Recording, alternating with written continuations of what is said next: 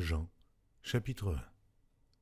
Au commencement était la parole, et la parole était avec Dieu, et la parole était Dieu. Elle était au commencement avec Dieu.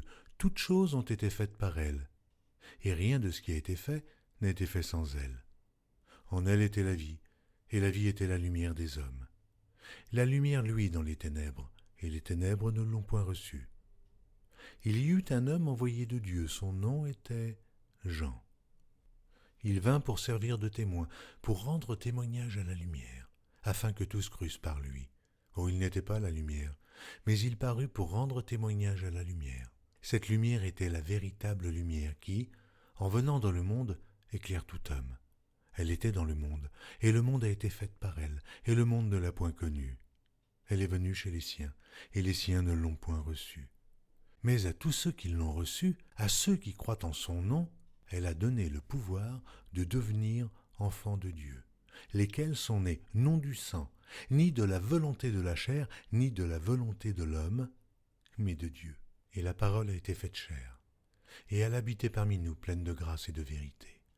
Et nous avons contemplé sa gloire, une gloire comme la gloire du Fils unique venu du Père. Jean lui a rendu témoignage et s'est écrié « C'est celui dont j'ai dit « Celui qui vient après moi m'a précédé, car il était avant moi. » Et nous avons tous reçu de sa plénitude et grâce pour grâce, car la loi a été donnée par Moïse. La grâce et la vérité sont venues par Jésus-Christ. Oh, personne n'a jamais vu Dieu. Le Fils unique qui est dans le sein du Père est celui qui l'a fait connaître. Voici le témoignage de Jean, lorsque les Juifs envoyèrent de Jérusalem des sacrificateurs et des Lévites pour lui demander « Et toi, qui es-tu » Il déclara, il ne le nia point, il déclara qu'il n'était pas le Christ. Ils lui demandèrent « Quoi donc? Es-tu Élie » Et il dit « Je ne le suis point. » « Es-tu le prophète » Et il répondit « Non. » Ils lui dirent alors « Mais qui es-tu » afin que nous donnions une réponse à ceux qui nous ont envoyés. « Que dis-tu de toi-même » Moi, dit-il, je suis la voix de celui qui crie dans le désert. Aplanissez le chemin du Seigneur, comme a dit Ésaïe, le prophète. Ceux qui avaient été envoyés étaient des pharisiens. Ils lui firent encore cette question. « Pourquoi donc baptises-tu si tu n'es pas le Christ, ni Élie, ni le prophète ?» Jean leur répondit, « Moi je baptise d'eau, mais au milieu de vous, il y a quelqu'un que vous ne connaissez pas, qui vient après moi. Je ne suis pas digne de délier la courroie de ses souliers. » Ces choses se passèrent à Béthanie, au-delà du Jourdain, où Jean baptisait. Le lendemain, il vit Jésus venant à lui, et il dit, « Voici l'agneau de Dieu, qui ôte le péché du monde. C'est celui dont j'ai dit, après moi vient un homme, qui m'a précédé, car il était avant moi. Oh, je ne le connaissais pas, mais c'est afin qu'il fût manifesté à Israël que je suis venu baptiser d'eau. » Jean rendit ce témoignage. J'ai vu l'Esprit descendre du ciel, comme une colombe, et s'arrêter sur lui. Je ne le connaissais pas. Mais celui qui m'a envoyé baptiser d'eau, celui-là m'a dit, « Celui sur qui tu verras l'Esprit descendre et s'arrêter, c'est celui qui baptise du Saint-Esprit. » Et j'ai vu, et j'ai rendu témoignage qu'il est le Fils de Dieu. Le lendemain, Jean était encore là, avec 2 de ses disciples, et, ayant regardé Jésus qui passait, il dit, « Voilà l'agneau de Dieu. » Les 2 disciples l'entendirent prononcer ces paroles, et ils suivirent Jésus. Jésus se retourna, et voyant qu'ils le suivaient, il leur dit, « Que cherchez-vous » Ils lui répondirent, « Rabbi », ce qui signifie « Maître », où demeures-tu ? Venez, leur dit-il, et voyez. Ils allèrent et ils virent où il demeurait, et ils restèrent auprès de lui ce jour-là, c'était environ la 10e heure. André, frère de Simon-Pierre, était l'un des 2 qui avait entendu les paroles de Jean et qui avait suivi Jésus. Ce fut lui qui rencontra le premier son frère, Simon, et il lui dit « Nous avons trouvé le Messie », ce qui signifie Christ. Et il le conduisit vers Jésus. Jésus, l'ayant regardé, dit « Tu es Simon, fils de Jonas. Tu seras appelé Céphas, ce qui signifie Pierre. » Le lendemain, Jésus voulut se rendre en Galilée, où il rencontra Philippe, et il lui dit « Suis-moi. » Philippe était de Bethsaïda, de la ville d'André et de Pierre. Philippe rencontra Nathanaël et lui dit « Nous avons trouvé celui de qui Moïse a écrit dans la loi et dont les prophètes ont parlé, Jésus de Nazareth, fils de Joseph. Nathanaël lui dit, peut-il venir de Nazareth quelque chose de bon? Philippe lui répondit, viens et vois. Jésus, voyant venir à lui Nathanaël, dit de lui, voici vraiment un Israélite, dans lequel il n'y a point de fraude. D'où me connais-tu? Lui dit Nathanaël. Jésus lui répondit, avant que Philippe t'appelât quand tu étais sous le figuier, je t'ai vu. Nathanaël répondit et lui dit, Rabbi, tu es le Fils de Dieu, tu es le roi d'Israël. Jésus lui répondit, parce que je t'ai dit que je t'ai vu sous le figuier, tu crois? Tu verras de plus grandes choses que celles-ci.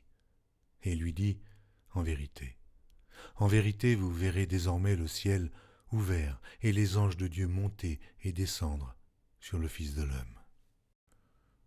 Jean, chapitre 2. 3 jours après, il y eut des noces à Cana en Galilée. La mère de Jésus était là, et Jésus fut aussi invité aux noces avec ses disciples. Le vin ayant manqué, la mère de Jésus lui dit, « Ils n'ont plus de vin. » Jésus lui répondit, « Femme, qu'y a-t-il entre moi et toi? Mon heure n'est pas encore venue. » Sa mère dit au serviteur, « Faites ce qu'il vous dira. » Or, il y avait là 6 vases de pierre destinés aux purifications des Juifs et contenant chacun 2 ou 3 mesures. Jésus leur dit, « Remplissez d'eau ces vases. » Et ils les remplirent jusqu'au bord. « Puisez maintenant, leur dit-il, et portez-en à l'ordonnateur du repas. » Et ils en portèrent. Quand l'ordonnateur du repas eut goûté l'eau changée en vin, ne sachant d'où venait ce vin, tandis que les serviteurs, qui avaient puisé l'eau, le savaient bien, il appela l'époux et lui dit, « Tout homme sert d'abord le bon vin, puis le moins bon, après qu'on s'est enivré. Toi, tu as gardé le bon vin jusqu'à présent. » Tel fut à Cana, en Galilée, le premier des miracles que fit Jésus. Il manifesta sa gloire et ses disciples crurent en lui. Après cela, il descendit à Capernaum avec sa mère, ses frères et ses disciples, et ils n'y demeurèrent que peu de jours. La Pâque des Juifs était proche, et Jésus monta à Jérusalem. Il trouva dans le temple les vendeurs de bœufs et de brebis, de pigeons et les changeurs assis. Ayant fait un fouet avec des cordes, il les chassa tous du temple, ainsi que les brebis et les bœufs, il dispersa la monnaie des changeurs et renversa les tables. Et il dit aux vendeurs de pigeons, « Ôtez cela d'ici, ne faites pas de la maison de mon père une maison de trafic. » Ses disciples se souvinrent qu'il est écrit, « Le zèle de ta maison me dévore. » Les Juifs, prenant la parole, lui dirent, « Quel miracle nous montres-tu pour agir de la sorte ?» Jésus leur répondit, « Détruisez ce temple, et en 3 jours, je le relèverai. » Les Juifs dirent, « Il a fallu 46 ans pour bâtir ce temple, et toi, en 3 jours, tu le relèveras. » Mais il parlait du temple de son corps. C'est pourquoi, lorsqu'il fut ressuscité des morts, ses disciples se souvinrent qu'il avait dit cela, et ils crurent à l'Écriture et à la parole que Jésus avait dite. Pendant que Jésus était à Jérusalem à la fête de Pâques, plusieurs crurent en son nom, voyant les miracles qu'il faisait. Mais Jésus ne se fiait point à eux parce qu'il les connaissait tous, et parce qu'il n'avait pas besoin qu'on lui rendît témoignage d'aucun homme, car il savait lui-même ce qui était dans l'homme. Jean, chapitre 3. Mais il y eut un homme d'entre les pharisiens nommé Nicodème, un chef des Juifs, qui vint, lui, auprès de Jésus de nuit et lui dit, « Rabbi, nous savons que tu es un docteur venu de Dieu, car personne ne peut faire ces miracles que tu fais, si Dieu n'est avec lui. » Jésus lui répondit, « En vérité, je te le dis, si un homme ne naît de nouveau, il ne peut voir le royaume de Dieu. » Nicodème lui dit, « Comment un homme peut-il naître quand il est vieux? Peut-il rentrer dans le sein de sa mère et naître ?» Jésus répondit, « En vérité, je te le dis, si un homme ne naît d'eau et d'esprit, il ne peut entrer dans le royaume de Dieu. Ce qui est né de la chair est chair. Ce qui est né de l'esprit est esprit. Ne t'étonne pas que je t'ai dit, il faut que vous naissiez de nouveau. Le vent souffle où il veut, et tu en entends le bruit, mais tu ne sais d'où il vient, ni où il va. Il en est ainsi de tout homme qui est né de l'esprit. » Nicodème lui dit, « Comment cela peut-il se faire ?» Jésus lui répondit, « Tu es le docteur d'Israël et tu ne sais pas ces choses. Ah, en vérité, je te le dis, nous disons ce que nous savons, et nous rendons témoignage de ce que nous avons vu, et vous ne recevez pas notre témoignage. Et comme Moïse éleva le serpent dans le désert, il faut de même que le Fils de l'homme soit élevé, afin que quiconque croit en lui ait la vie éternelle. Car Dieu a tant aimé le monde qu'il a donné son Fils unique, afin que quiconque croit en lui ne périsse point, mais qu'il ait la vie éternelle. Dieu, en effet, n'a pas envoyé son Fils dans le monde pour qu'il juge le monde, mais pour que le monde soit sauvé par lui. Celui qui croit en lui n'est point jugé, mais celui qui ne croit pas est déjà jugé, parce qu'il n'a pas cru au nom du Fils unique de Dieu. Et ce jugement, c'est que, la lumière étant venue dans le monde, les hommes ont préféré les ténèbres à la lumière, parce que leurs œuvres étaient mauvaises. Car quiconque fait le mal est la lumière, et ne vient point à la lumière, de peur que ses œuvres ne soient dévoilées. Mais celui qui agit selon la vérité vient à la lumière, afin que ses œuvres soient manifestées, parce qu'elles sont faites en Dieu. Après cela, Jésus, accompagné de ses disciples, se rendit dans la terre de Judée, et là, il demeurait avec eux, et il baptisait. Jean aussi baptisait à Hénon, près de Salim, parce qu'il y avait là beaucoup d'eau, et on y venait pour être baptisé, car Jean n'avait pas encore été mis en prison. Or, il s'éleva de la part des disciples de Jean une dispute avec un juif touchant la purification. Ils vinrent trouver Jean et lui dirent « Rabbi, celui qui était avec toi au-delà du Jourdain, et à qui tu as rendu témoignage, voici, il baptise, et tous vont à lui. » Jean répondit « Un homme ne peut recevoir que ce qui lui a été donné du ciel. Vous-même m'êtes témoin que j'ai dit « Je ne suis pas le Christ, mais j'ai été envoyé devant lui. » Celui à qui appartient l'épouse, c'est l'époux. Mais l'ami de l'époux qui se tient là et qui l'entend éprouve une grande joie à cause de la voix de l'époux. Aussi, cette joie qui est la mienne est parfaite. Il faut qu'il croisse et que je diminue. Celui qui vient d'en haut est au-dessus de tous. Celui qui est de la terre est de la terre, et il parle comme étant de la terre. Celui qui vient du ciel est au-dessus de tous. Il rend témoignage de ce qu'il a vu et entendu, et personne ne reçoit son témoignage. Celui qui a reçu son témoignage a certifié que Dieu est vrai. Car celui que Dieu a envoyé dit les paroles de Dieu, parce que Dieu ne lui donne pas l'esprit avec mesure. Le Père aime le Fils, et il a remis toutes choses entre ses mains. Celui qui croit au Fils a la vie éternelle. Celui qui ne croit pas au Fils ne verra point la vie, mais la colère de Dieu demeure sur lui. Jean, chapitre 4. Le Seigneur sut que les pharisiens avaient appris qu'il faisait et baptisait plus de disciples que Jean. Toutefois, Jésus ne baptisait pas lui-même, mais c'étaient ses disciples. Alors il quitta la Judée et retourna en Galilée. Comme il fallait qu'il passât par la Samarie, il arriva dans une ville de Samarie nommée Sichar, près du champ que Jacob avait donné à Joseph, son fils. Là se trouvait le puits de Jacob. Jésus, fatigué du voyage, était assis au bord du puits. C'était environ la 6e heure. Une femme de Samarie vint puiser de l'eau. Jésus lui dit « Donne-moi à boire », car ses disciples étaient allés à la ville pour acheter des vivres. La femme samaritaine lui dit « Comment toi qui es juif, me demandes-tu à boire, à moi, qui suis une femme samaritaine ?» Les Juifs, en effet, n'ont pas de relation avec les Samaritains. Jésus lui répondit « Si tu connaissais le don de Dieu, et qui est celui qui te dit « Donne-moi à boire », tu lui aurais toi-même demandé à boire, et il t'aurait donné de l'eau vive. « Seigneur, lui dit la femme, tu n'as rien pour puiser, et le puits est profond. D'où aurais-tu donc cette eau vive ? Es-tu plus grand que notre père Jacob, qui nous a donné ce puits, et qui en a bu lui-même, ainsi que ses fils et ses troupeaux ?» Jésus lui répondit « Quiconque boit de cette eau aura encore soif. Mais celui qui boira de l'eau que je lui donnerai n'aura jamais soif. Et l'eau que je lui donnerai deviendra en lui une source d'eau qui jaillira jusque dans la vie éternelle. » La femme lui dit « Seigneur, donne-moi cette eau, afin que je n'aie plus soif, et que je ne vienne plus puiser ici. » « Va, lui dit Jésus, appelle ton mari, et viens ici. » La femme lui répondit « Je n'ai point de mari. » Jésus lui dit « Tu as eu raison de dire « Je n'ai point de mari », car tu as eu 5 maris, et celui que tu as maintenant n'est pas ton mari. En cela, tu as dit vrai. » « Seigneur, lui dit la femme, je vois que tu es prophète. Nos pères ont adoré sur cette montagne, et vous vous dites que le lieu où il faut adorer est à Jérusalem. » « Femme, lui dit Jésus, crois-moi, l'heure vient où ce ne sera ni sur cette montagne, ni à Jérusalem que vous adorerez le Père.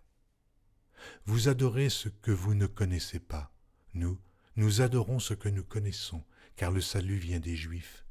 Mais l'heure vient, et elle est déjà venue, où les vrais adorateurs adoreront le Père en esprit et en vérité, car ce sont là les adorateurs que le Père demande. Dieu est esprit, et il faut que ceux qui l'adorent en esprit et en vérité. La femme lui dit, « Je sais que le Messie doit venir, celui qu'on appelle Christ. Quand il sera venu, il nous annoncera toutes choses. » Jésus lui dit, « Je le suis, moi qui te parle. » Là-dessus arrivèrent ses disciples qui furent étonnés de ce qu'il parlait avec une femme. Toutefois, aucun ne dit « Que demandes-tu » ou « De quoi parles-tu avec elle ?» Alors la femme, ayant laissé sa cruche, s'en alla dans la ville et dit aux gens, « Venez voir un homme qui m'a tout dit ce que j'ai fait. Ne serait-ce point le Christ ?» Ils sortirent de la ville et ils vinrent vers lui. Pendant ce temps, les disciples le pressaient de manger, disant « Rabbi, mange !» Mais il leur dit « J'ai à manger une nourriture que vous ne connaissez pas. » Les disciples se disaient donc les uns aux autres « Quelqu'un lui aurait-il apporté à manger ?» Jésus leur dit « Ma nourriture est de faire la volonté de celui qui m'a envoyé et d'accomplir son œuvre. Ne dites-vous pas qu'il y a encore 4 mois jusqu'à la moisson ? Voici, je vous le dis, levez les yeux et regardez les champs qui déjà blanchissent pour la moisson. Celui qui moissonne reçoit un salaire et amasse des fruits pour la vie éternelle, afin que celui qui sème et celui qui moissonne se réjouissent ensemble. Car en ceci, ce qu'on dit est vrai. Autre est celui qui sème et autre celui qui moissonne. Je vous ai envoyé moissonner ce que vous n'avez pas travaillé. D'autres ont travaillé, et vous êtes rentrés dans leur travail. Plusieurs Samaritains de cette ville crurent en Jésus à cause de cette déclaration formelle de la femme. « Il m'a dit tout ce que j'ai fait. » Aussi, quand les Samaritains vinrent le trouver, ils le prièrent de rester auprès d'eux, et il resta là 2 jours. Un beaucoup plus grand nombre crurent à cause de sa parole. Et il disait à la femme, « Ce n'est plus à cause de ce que tu nous as dit que nous croyons, car nous l'avons entendu nous-mêmes, et nous savons qu'il est vraiment le Sauveur du monde. » Après ces 2 jours, Jésus partit de là pour se rendre en Galilée, car il avait déclaré lui-même qu'un prophète n'est pas honoré dans sa propre patrie. Lorsqu'il arriva en Galilée, il fut bien reçu des Galiléens qui avaient vu tout ce qu'il avait fait à Jérusalem pendant la fête, car eux aussi étaient allés à la fête. Il retourna donc à Cana, en Galilée, où il avait changé l'eau en vin. Il y avait là à Capernaum un officier du roi dont le fils était malade. Ayant appris que Jésus était venu de Judée en Galilée, il alla vers lui et le pria de descendre et de guérir son fils, qui était près de mourir. Jésus lui dit, « Si vous ne voyez des miracles et des prodiges, vous ne croyez point. » L'officier du roi lui dit, « Seigneur, descends avant que mon enfant meure. » « Va, lui dit Jésus, ton fils vit. » Et cet homme crut à la parole que Jésus lui avait dite, et il s'en alla. Comme déjà il descendait, ses serviteurs venant à sa rencontre lui apportèrent cette nouvelle, « Ton enfant vit. » Il leur demanda à quelle heure il s'était trouvé mieux, et ils lui dirent, « Hier, à la 7e heure, la fièvre l'a quitté. » Le père reconnut que c'était à cette heure-là que Jésus lui avait dit, « Ton fils vit. » Et il crut, lui et toute sa maison. Jésus fit encore ce second miracle lorsqu'il fut venu de Judée en Galilée. Jean, chapitre 5. Après cela, il y eut une fête des Juifs et Jésus monta à Jérusalem. Or, à Jérusalem, près de la porte des brebis, il y a une piscine qui s'appelle en hébreu Bethesda et qui a 5 portiques. Sous ces portiques étaient couchés en grand nombre des malades, des aveugles, des boiteux, des paralytiques qui attendaient le mouvement de l'eau. Car un ange descendait de temps en temps dans la piscine et agitait l'eau. Et celui qui y descendait le premier, après que l'eau avait été agitée, était guéri, quelle que fût sa maladie. Là se trouvait un homme malade depuis 38 ans. Jésus, l'ayant vu coucher et sachant qu'il était malade depuis longtemps, lui dit « Veux-tu être guéri ?» Le malade lui répondit « Seigneur, je n'ai personne pour me jeter dans la piscine quand l'eau est agitée, et, pendant que j'y vais, un autre descend avant moi. » « Lève-toi, lui dit Jésus, prends ton lit et marche. » Aussitôt cet homme fut guéri. Il prit son lit et marcha. C'était un jour de Shabbat. Les Juifs dirent donc à celui qui avait été guéri, « C'est le Shabbat, et il ne t'est pas permis d'emporter ton lit. » Il leur répondit, « Celui qui m'a guéri m'a dit, prends ton lit et marche. » Ils lui demandèrent, « Qui est l'homme qui t'a dit, prends ton lit et marche ?» Mais celui qui avait été guéri ne savait pas qui c'était, car Jésus avait disparu de la foule qui était en ce lieu. Depuis, Jésus le trouva dans le temple et lui dit, « Voici, tu as été guéri, ne pêche plus, de peur qu'il ne t'arrive quelque chose de pire. » Cet homme s'en alla et annonça aux Juifs que c'était Jésus qui l'avait guéri. C'est pourquoi les Juifs poursuivaient Jésus, parce qu'il faisait ces choses le jour du Shabbat. Mais Jésus leur répondit, « Mon Père agit jusqu'à présent, moi aussi j'agis. » À cause de cela, les Juifs cherchaient encore plus à le faire mourir, non seulement parce qu'il violait le sabbat, mais parce qu'il appelait Dieu son propre Père, se faisant lui-même égal à Dieu. Jésus reprit donc la parole et leur dit, « En vérité, je vous le dis, le Fils ne peut rien faire de lui-même, il ne fait que ce qu'il voit faire au Père.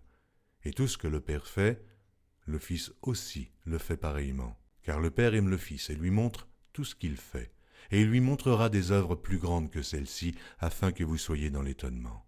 Car, comme le Père ressuscite les morts et donne la vie, ainsi le Fils donne la vie à qui il veut.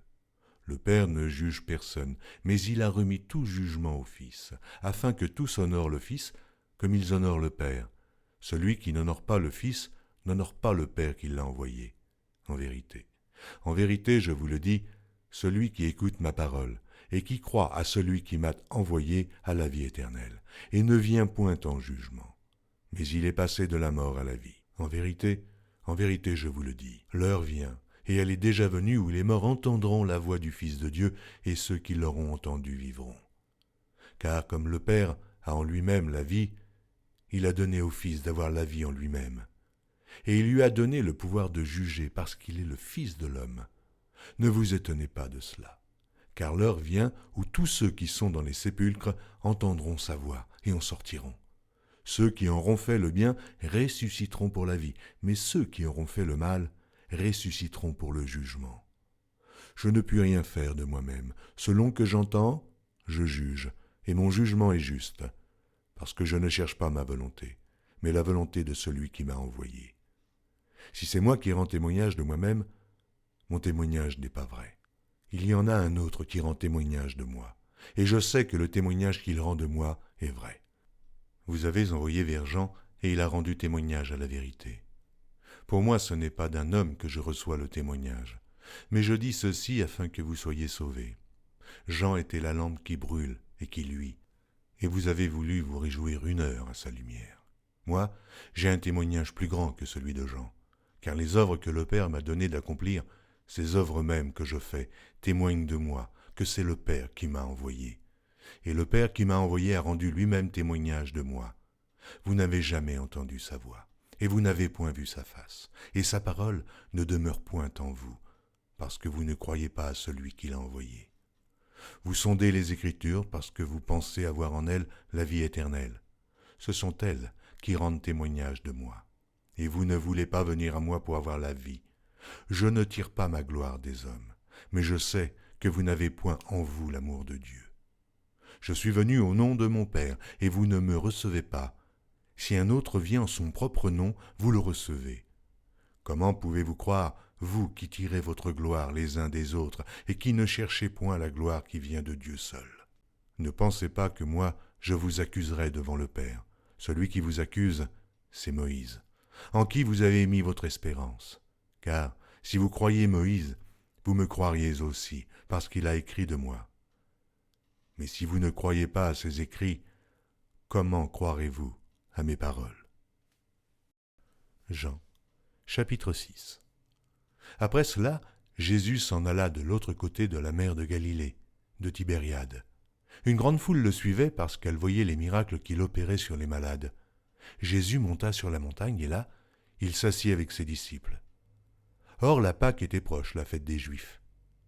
Ayant levé les yeux et voyant qu'une grande foule venait à lui, Jésus dit à Philippe, « Où achèterons-nous des pains pour que ces gens aient à manger ?» Il disait cela pour l'éprouver, car il savait ce qu'il allait faire. Philippe lui répondit, « Mais les pains qu'on aurait pour 200 deniers ne suffiraient pas pour que chacun en reçût un peu. » Un de ses disciples, André, frère de Simon, Pierre, lui dit, « Il y a ici un jeune garçon qui a 5 pains d'orge et 2 poissons. Mais qu'est-ce que cela pour tant de gens ?» Jésus dit, « Faites-les asseoir. » Il y avait dans ce lieu beaucoup d'herbes. Ils s'assirent donc au nombre d'environ 5000 hommes. Jésus prit les pains, rendit grâce, et les distribua à ceux qui étaient assis. Il leur donna de même des poissons, autant qu'ils en voulurent. Lorsqu'ils furent rassasiés, il dit à ses disciples, « Ramassez les morceaux qui restent, afin que rien ne se perde. » Ils les ramassèrent donc, et ils remplirent 12 paniers avec les morceaux qui restèrent des 5 pains d'orge, après que tous eurent mangé. Ces gens, ayant vu le miracle que Jésus avait fait, disaient, « Celui-ci est vraiment le prophète qui doit venir dans le monde. » Et Jésus, sachant qu'il allait venir l'enlever pour le faire roi, se retira de nouveau sur la montagne, lui seul. Quand le soir fut venu, ses disciples descendirent au bord de la mer. Étant montés dans une barque, ils traversaient la mer pour se rendre à Capernaum. Il faisait déjà nuit, et Jésus ne les avait pas encore rejoints. Il soufflait un grand vent, et la mer était agitée. Après avoir ramé environ 25 ou 30 stades, ils virent Jésus marchant sur la mer et s'approchant de la barque, et ils eurent peur. Mais Jésus leur dit, « C'est moi, n'ayez pas peur. » Ils voulaient donc le prendre dans la barque, et aussitôt la barque aborda au lieu où ils allaient. La foule qui était restée de l'autre côté de la mer avait remarqué qu'il ne se trouvait là qu'une seule barque, et que Jésus n'était pas monté dans cette barque avec ses disciples, mais qu'il était parti seul. Le lendemain, comme d'autres barques étaient arrivées de Tibériade, près du lieu où ils avaient mangé le pain après que le Seigneur eut rendu grâce, les gens de la foule, ayant vu que ni Jésus, ni ses disciples n'étaient là, montèrent eux-mêmes dans ces barques et allèrent à Capernaum à la recherche de Jésus. Et, l'ayant trouvé au-delà de la mer, ils lui dirent, « Rabbi, quand es-tu venu ici ?» Jésus leur répondit, « En vérité, je vous le dis, vous me cherchez non parce que vous avez vu des miracles, mais parce que vous avez mangé des pains et que vous avez été rassasiés. Travaillez non pour la nourriture qui périt, mais pour celle qui subsiste pour la vie éternelle, et que le Fils de l'homme vous donnera. Car c'est lui que le Père, que Dieu a marqué de son sceau. » Ils lui dirent, « Que devons-nous faire pour faire les œuvres de Dieu ?» Jésus leur répondit, « L'œuvre de Dieu, c'est que vous croyiez en celui qui l'a envoyé. » « Quel miracle fais-tu donc, lui dirent-ils, afin que nous le voyions et que nous croyions en toi ? Que fais-tu ? Nos pères ont mangé la manne dans le désert, selon ce qui est écrit, il leur donna le pain du ciel à manger. » Jésus leur dit, en vérité, je vous le dis, Moïse ne vous a pas donné le pain du ciel, mais mon Père vous donne le vrai pain du ciel. Car le pain de Dieu, c'est celui qui descend du ciel et qui donne la vie au monde. Ils lui dirent, « Seigneur, donne-nous toujours ce pain. » Jésus leur dit, « Je suis le pain de vie. Celui qui vient à moi n'aura jamais faim, et celui qui croit en moi n'aura jamais soif. Mais je vous l'ai dit, vous m'avez vu, et vous ne croyez point. Tous ceux que le Père me donne viendront à moi, et je ne mettrai pas dehors celui qui vient à moi, car je suis descendu du ciel pour faire non ma volonté, mais la volonté de celui qui m'a envoyé. Or, la volonté de celui qui m'a envoyé, c'est que je ne perde rien de tout ce qu'il m'a donné, mais que je le ressuscite au dernier jour. La volonté de mon Père, c'est que quiconque voit le Fils et croit en lui ait la vie éternelle, et je le ressusciterai au dernier jour. » Les Juifs murmuraient à son sujet parce qu'il avait dit « Je suis le pain qui est descendu du ciel. » Et il disait N'est-ce pas là Jésus, le fils de Joseph, celui dont nous connaissons le Père et la Mère? Comment donc dit-il, je suis descendu du ciel? Jésus leur répondit, ne murmurez pas entre vous. Nul ne peut venir à moi si le Père qui m'a envoyé ne l'attire, et je le ressusciterai au dernier jour. Il est écrit dans les prophètes, ils seront tous enseignés de Dieu. Ainsi, quiconque a entendu le Père et a reçu son enseignement vient à moi. C'est que nul n'a vu le Père, sinon celui qui vient de Dieu. Celui-là a vu le Père, en vérité. En vérité, je vous le dis, celui qui croit en moi a la vie éternelle. Je suis le pain de vie. Vos pères ont mangé la manne dans le désert et ils sont morts. C'est ici le pain qui descend du ciel afin que celui qui en mange ne meure point. Je suis le pain vivant qui est descendu du ciel. Si quelqu'un mange de ce pain, il vivra éternellement. Et le pain que je donnerai, c'est ma chair, que je donnerai pour la vie du monde. Là-dessus, les Juifs disputaient entre eux, disant, « Comment peut-il nous donner sa chair à manger ?» Jésus leur dit, « En vérité, je vous le dis, si vous ne mangez la chair du Fils de l'homme, et si vous ne buvez son sang, vous n'avez point la vie en vous-même. Celui qui mange ma chair et qui boit mon sang a la vie éternelle, et je le ressusciterai au dernier jour. Car ma chair est vraiment une nourriture, et mon sang vraiment un breuvage. Celui qui mange ma chair et qui boit mon sang demeure en moi, et je demeure en lui. Comme le Père qui est vivant m'a envoyé et que je vis par le Père, ainsi celui qui me mange vivra par moi. Car c'est ici le pain qui est descendu du ciel. Il n'en est pas comme de vos pères qui ont mangé la manne et qui sont morts. Celui qui mange ce pain vivra éternellement. » Jésus dit ces choses dans la synagogue, enseignant à Capernaum. Plusieurs de ses disciples, après l'avoir entendu, dirent « Cette parole est dure, qui peut l'écouter ?» Jésus, sachant en lui-même que ses disciples murmuraient à ce sujet, leur dit « Cela vous scandalise-t-il ? Et si vous voyez le Fils de l'homme monter où il était auparavant? C'est l'Esprit qui vivifie, la chair ne sert de rien. Les paroles que je vous ai dites sont esprit et vie. Mais il en est parmi vous quelques-uns qui ne croient point. » Car Jésus savait dès le commencement qui étaient ceux qui ne croiraient point, et qui était celui qui le livrerait. Et il ajouta, « C'est pourquoi je vous ai dit que nul ne peut venir à moi si cela ne lui a été donné par le Père. » Dès ce moment, plusieurs de ses disciples se retirèrent, et ils n'allaient plus avec lui. Jésus donc dit aux 12, « Et vous, ne voulez-vous pas aussi vous en aller ?» Simon-Pierre lui répondit, « Seigneur, à qui irions-nous? Tu as les paroles de la vie éternelle. Et nous avons cru, et nous avons connu que tu es le Christ, le Saint de Dieu. » Jésus leur répondit, « N'est-ce pas moi qui vous ai choisis, vous, les 12? Et l'un de vous est un démon. » Il parlait de Judas Iscario, fils de Simon, car c'était lui qui devait le livrer, lui, l'un des 12. Jean, chapitre 7. Après cela, Jésus parcourait la Galilée, car il ne voulait pas séjourner en Judée, parce que les Juifs cherchaient à le faire mourir. Or, la fête des Juifs, la fête des tabernacles, était proche, et ses frères lui dirent, « Pars d'ici, et va en Judée afin que tes disciples voient aussi les œuvres que tu fais. Personne n'agit en secret lorsqu'il désire paraître.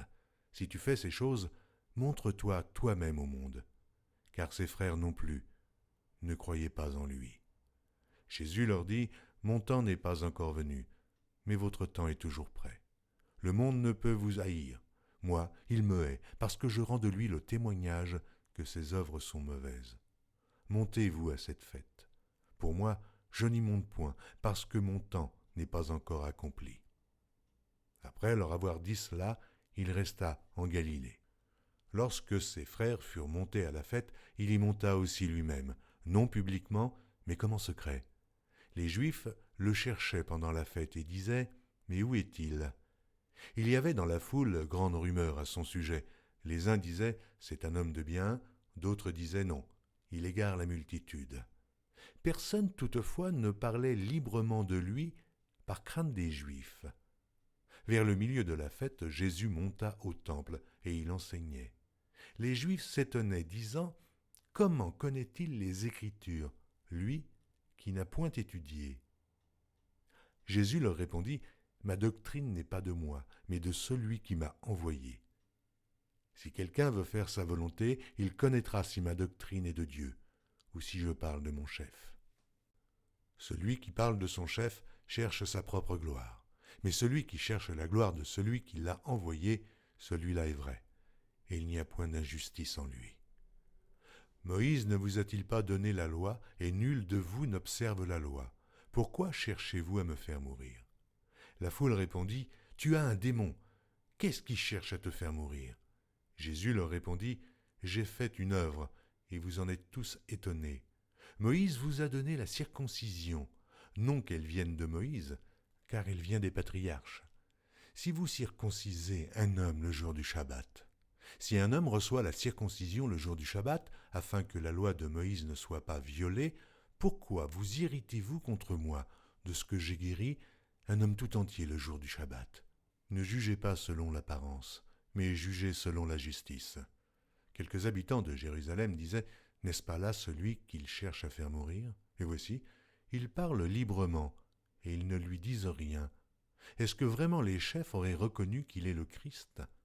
Cependant, celui-ci, nous savons d'où il est, mais le Christ, quand il viendra, personne ne saura d'où il est. » Et Jésus, enseignant dans le temple, s'écria, « Vous me connaissez, et vous savez d'où je suis. Je ne suis pas venu de moi-même, mais celui qui m'a envoyé est vrai, et vous ne le connaissez pas. Moi, je le connais, car je viens de lui, et c'est lui qui m'a envoyé. » Il cherchait donc à se saisir de lui, et personne ne mit la main sur lui, parce que son heure n'était pas encore venue.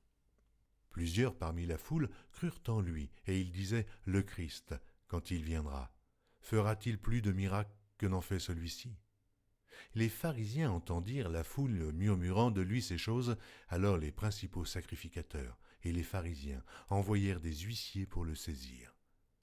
Jésus dit, « Je suis encore avec vous pour un peu de temps, puis je m'en vais vers celui qui m'a envoyé. Vous me chercherez et vous ne me trouverez pas, et vous ne pourrez venir où je serai. » Sur quoi les Juifs dirent entre eux, « Où ira-t-il, que nous ne le trouvions pas? Ira-t-il parmi ceux qui sont dispersés chez les Grecs et enseignera-t-il les Grecs? Que signifie cette parole qu'il a dite? Vous me chercherez et vous ne me trouverez pas, et vous ne pouvez venir où je serai. » Le dernier jour, le grand jour de la fête, Jésus, se tenant debout, s'écria, « Si quelqu'un a soif, qu'il vienne à moi, et qu'il boive. Celui qui croit en moi, des fleuves d'eau vive couleront de son sein, comme dit l'Écriture. » Il dit cela de l'Esprit qui devait recevoir ceux qui croiraient en lui, car l'Esprit n'était pas encore parce que Jésus n'avait pas encore été glorifié. Des gens de la foule, ayant entendu ces paroles, disaient « Celui-ci est vraiment le prophète. » D'autres disaient « C'est le Christ. » Et d'autres disaient « Est-ce bien de la Galilée que doit venir le Christ ?» L'Écriture ne dit-elle pas que c'est de la postérité de David et du village de Bethléem où était David, que le Christ doit venir? Il y eut donc à cause de lui division parmi la foule. Quelques-uns d'entre eux voulaient le saisir, mais personne ne mit la main sur lui.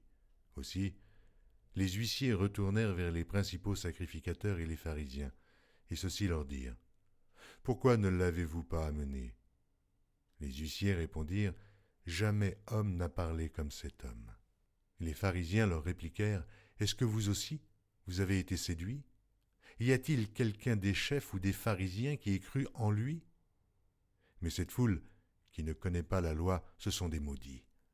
Nicodème, qui était venu de nuit vers Jésus, et qui était l'un d'entre eux, leur dit, « Notre loi condamne-t-elle un homme avant qu'on l'entende et qu'on sache ce qu'il a fait? » Ils lui répondirent, « Es-tu aussi galiléen? Examine, et tu verras que de la Galilée, il ne sort point de prophète. » Et chacun s'en retourna dans sa maison. Jean, chapitre 8. Jésus se rendit à la montagne des Oliviers, mais dès le matin il alla de nouveau dans le temple, et tout le peuple vint à lui. S'étant assis, il les enseignait. Alors les scribes et les pharisiens amenèrent une femme surprise en adultère, et la plaçant au milieu du peuple, ils dirent à Jésus, « Maître, cette femme a été surprise en flagrant délit d'adultère. Moïse, dans la loi, nous a ordonné de lapider de telles femmes. Toi donc, que dis-tu ? Il disait cela pour l'éprouver, afin de pouvoir l'accuser. Mais Jésus, s'étant baissé, écrivait, avec le doigt sur la terre. Comme il continuait à l'interroger, il se releva et leur dit « Que celui de vous qui est sans péché jette le premier la pierre contre elle. » Et s'étant de nouveau baissé, il écrivait sur la terre. Quand ils entendirent cela, accusés par leur conscience, ils se retirèrent un à un, depuis les plus âgés jusqu'aux derniers, et Jésus resta seul avec la femme qui était là, au milieu. Alors, s'étant relevé, et ne voyant plus que la femme, Jésus dit « Femme, où sont ceux qui t'accusaient ? Personne ne t'a-t-il condamné ?» Elle répondit « Non, Seigneur. » Et Jésus lui dit « Je ne te condamne pas non plus. Va, et ne pêche plus. » Jésus leur parla de nouveau et dit « Je suis la lumière du monde. Celui qui me suit ne marchera pas dans les ténèbres, mais il aura la lumière de la vie. » Là-dessus, les pharisiens lui dirent « Tu rends témoignage de toi-même, ton témoignage n'est pas vrai. » Jésus leur répondit « Quoique je rende témoignage de moi-même, mon témoignage est vrai, car je sais d'où je suis venu et où je vais. Mais vous, vous ne savez d'où je viens, ni où je vais. Vous jugez selon la chair, moi, je ne juge personne. Et si je juge, mon jugement est vrai, car je ne suis pas seul, mais le Père qui m'a envoyé est avec moi. Il est écrit dans votre loi que le témoignage de 2 hommes est vrai. Je rends témoignage de moi-même, et le Père qui m'a envoyé rend témoignage de moi. » Ils lui dirent donc, « Où est ton Père ?» Jésus répondit, « Vous ne connaissez ni moi, ni mon Père. Si vous me connaissiez, vous connaîtriez aussi mon Père. » Jésus dit ces paroles, enseignant dans le temple, au lieu où était le trésor, et personne ne le saisit parce que son heure n'était pas encore venue. Jésus leur dit encore, « Je m'en vais, et vous me chercherez, et vous mourrez dans votre péché, vous ne pouvez venir où je vais. » Sur quoi les Juifs dirent, « Se tuera-t-il lui-même, puisqu'il dit, « Vous ne pouvez venir où je vais ?» Et il leur dit, « Vous êtes d'en bas, moi j'en suis d'en haut. Vous êtes de ce monde, moi je ne suis pas de ce monde. C'est pourquoi je vous ai dit que vous mourrez dans vos péchés, car si vous ne croyez pas ce que je suis, vous mourrez dans vos péchés. Qui es-tu, lui dirent-ils. Jésus leur répondit, « Ce que je vous dis dès le commencement. J'ai beaucoup de choses à dire de vous et à juger en vous. Mais celui qui m'a envoyé est vrai, et ce que j'ai entendu de lui, je le dis au monde. » Ils ne comprirent point qu'il leur parlait du Père. Jésus donc leur dit, « Quand vous aurez élevé le Fils de l'homme, alors vous connaîtrez ce que je suis, et que je ne fais rien de moi-même, mais que je parle selon ce que le Père m'a enseigné. Celui qui m'a envoyé est avec moi, il ne m'a pas laissé seul, parce que je fais toujours ce qui lui est agréable. » Comme Jésus parlait ainsi, plusieurs crurent en lui.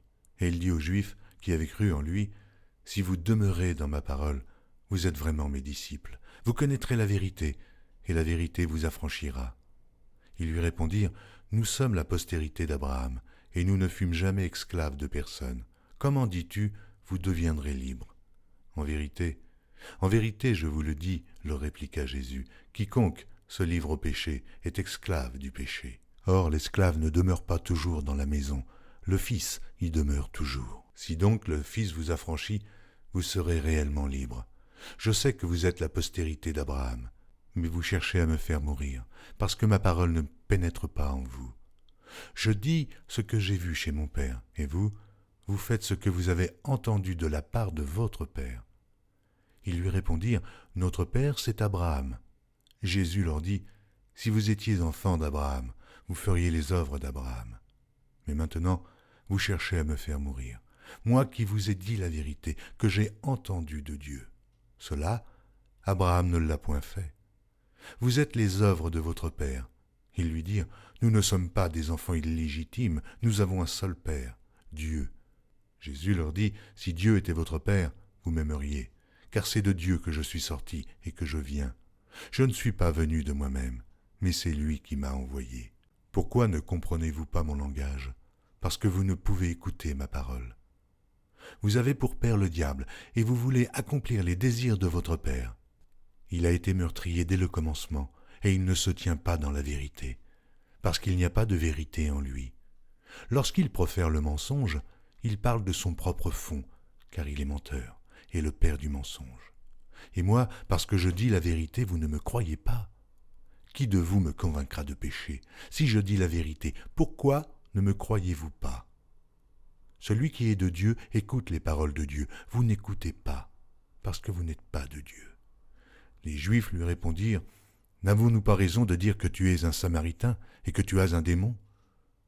Jésus répliqua, « Je n'ai point de démon, mais j'honore mon Père, et vous m'outragez. Je ne cherche point ma gloire. Il en est un qui la cherche et qui juge. En vérité, je vous le dis, si quelqu'un garde ma parole, il ne verra jamais la mort. » Maintenant, lui dirent les Juifs, « Nous connaissons que tu as un démon. Abraham est mort, les prophètes aussi. Et tu dis, si quelqu'un garde ma parole, il ne verra jamais la mort. Es-tu plus grand que notre père Abraham qui est mort? Les prophètes aussi sont morts. Qui prétends-tu être? » Jésus répondit, « Si je me glorifie moi-même, ma gloire n'est rien. C'est mon Père qui me glorifie. Lui, que vous dites être votre Dieu, et que vous ne connaissez pas. Pour moi, je le connais. Et si je disais que je ne le connais pas, je serais semblable à vous, un menteur. Mais je le connais, et je garde sa parole. Abraham, votre père, a tressailli de joie de ce qu'il verrait mon jour. Il l'a vu, et il s'est réjoui. Les Juifs lui dirent, « Tu n'as pas encore 50 ans, et tu as vu Abraham. » Jésus leur dit, « En vérité, je vous le dis, avant qu'Abraham fût, je suis. » Là-dessus, ils prirent des pierres pour les jeter contre lui, mais Jésus se cacha, et il sortit du temple. Jean, chapitre 9. Jésus vit en passant un homme aveugle de naissance. Ses disciples lui firent cette question, « Rabbi, qui a péché, cet homme ou ses parents, pour qu'il soit né aveugle ?» Jésus répondit, « Ce n'est pas que lui ou ses parents aient péché, mais c'est afin que les œuvres de Dieu soient manifestées en lui. Il faut que je fasse, tandis qu'il est jour, les œuvres de celui qui m'a envoyé. La nuit vient où personne ne peut travailler. Pendant que je suis dans le monde, je suis la lumière du monde. » Après avoir dit cela, il cracha à terre et fit de la boue avec sa salive. Puis il appliqua cette boue sur les yeux de l'aveugle et lui dit, « Va, et lave-toi au réservoir de Siloé, nom qui signifie « envoyé ». Il y alla, se lava et s'en retourna voyant clair. Ses voisins et ceux qui auparavant l'avaient connu comme un mendiant disaient, « N'est-ce pas là celui qui se tenait assis et qui mendiait ?» Les uns disaient, « C'est lui », d'autres disaient, « Non, mais il lui ressemble. » Et lui-même disait, « C'est moi. » Ils lui dirent donc, « Comment tes yeux ont-ils été ouverts ?» Il répondit, « L'homme qu'on appelle Jésus a fait de la boue, a oint mes yeux et m'a dit, « Va au réservoir de Siloé et lave-toi. » J'y suis allé, je me suis lavé, et j'ai recouvré la vue. Ils lui dirent, « Mais où est cet homme ?» Il répondit, « Je ne sais. » Ils menèrent vers les pharisiens celui qui avait été aveugle. Or, c'était un jour de Shabbat que Jésus avait fait de la boue et lui avait ouvert les yeux. De nouveau, les pharisiens aussi lui demandèrent comment il avait recouvré la vue. Et il leur dit, « Il a appliqué de la boue sur mes yeux, je me suis lavé, et je vois. » Sur quoi quelques-uns des pharisiens dirent, « Cet homme ne vient pas de Dieu, car il n'observe pas le Shabbat. » D'autres dirent, « Comment un homme pécheur peut-il faire de tels miracles ?» Il y eut division parmi eux. Ils dirent encore à l'aveugle, « Toi, que dis-tu de lui, sur ce qu'il t'a ouvert les yeux ?» Il répondit, « C'est un prophète. » Les Juifs ne crurent point qu'il eût été aveugle et qu'il eût recouvré la vue, jusqu'à ce qu'ils eussent fait venir ses parents. Ils les interrogèrent, disant, « Est-ce là votre fils, que vous dites né aveugle? Comment donc voit-il maintenant ?» Ses parents répondirent, « Nous savons que c'est notre fils et qu'il est né aveugle, mais comment il voit maintenant ou qui lui a ouvert les yeux, c'est ce que nous ne savons. Interrogez-le lui-même, il a de l'âge. Il parlera de ce qui le concerne. » Ses parents dirent cela parce qu'ils craignaient les Juifs, car les Juifs étaient déjà convenus que, si quelqu'un reconnaissait Jésus pour le Christ, il serait exclu de la synagogue. C'est pourquoi ses parents dirent, « Il a de l'âge, interrogez-le lui-même. Les pharisiens appelèrent une seconde fois l'homme qui avait été aveugle et lui dirent « Donne gloire à Dieu, nous savons que cet homme est un pécheur. » Il répondit « S'il est un pécheur, je ne sais. Je sais une chose, c'est que j'étais aveugle et que maintenant je vois. » Ils lui dirent « Que t'a-t-il fait? Comment t'a-t-il ouvert les yeux ?» Il leur répondit « Je vous l'ai déjà dit, et vous n'avez pas écouté. Pourquoi voulez-vous l'entendre encore? Voulez-vous aussi devenir ses disciples ?» Ils l'injurièrent et dirent « C'est toi qui es son disciple. Nous sommes disciples de Moïse. Nous savons que Dieu a parlé à Moïse, mais celui-ci, nous ne savons d'où il est. » Cet homme leur répondit « Il est étonnant que vous ne sachiez d'où il est, et cependant il m'a ouvert les yeux. Nous savons que Dieu n'exauce point les pécheurs, mais si quelqu'un l'honore et fait sa volonté, c'est celui-là qui l'exauce. Jamais on n'a entendu dire que quelqu'un ait ouvert les yeux d'un aveugle-né. Si cet homme ne venait pas de Dieu, il ne pourrait rien faire. » Ils lui répondirent « Tu es né tout entier dans le péché, et tu nous enseignes » et ils le chassèrent. Jésus apprit qu'ils l'avaient chassé, et, l'ayant rencontré, il lui dit « Crois-tu au Fils de Dieu ?» Il répondit « Et qui est-il, Seigneur, afin que je croie en lui ?»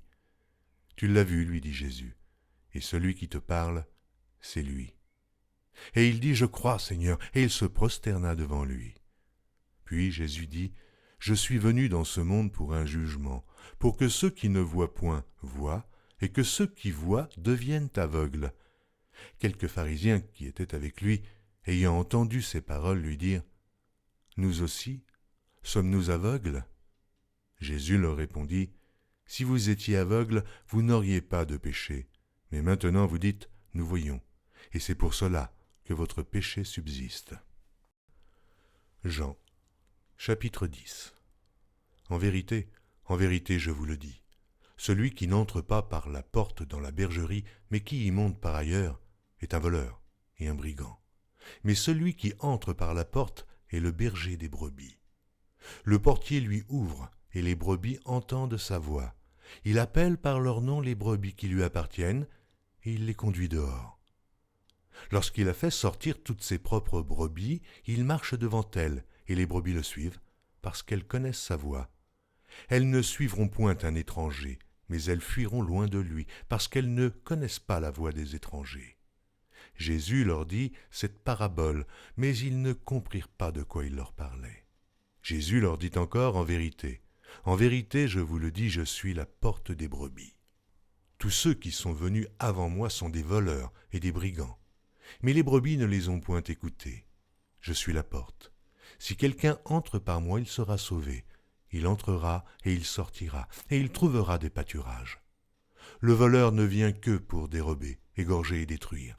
Moi, je suis venu afin que les brebis aient la vie et qu'elles soient dans l'abondance. Je suis le bon berger. Le bon berger donne sa vie pour ses brebis.